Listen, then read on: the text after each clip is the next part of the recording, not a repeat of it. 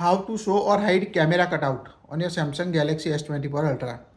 By default, set the application as a show or hide the camera cutout. Here you can see the camera cutout on your Samsung device. If you want to hide it or show it on specific app, let's see how to set it. Open the app drawer on your device. Tap the settings app. Now scroll down again. Tap on a display.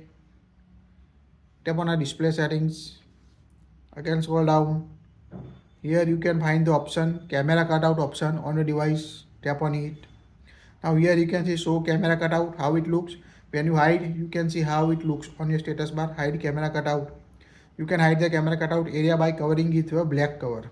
So you can see the list of available or supported apps. Just tap on the app you want to show camera cutout, hide camera cutout or auto. Here we select the show camera cutout. Let's see, I will explain with example.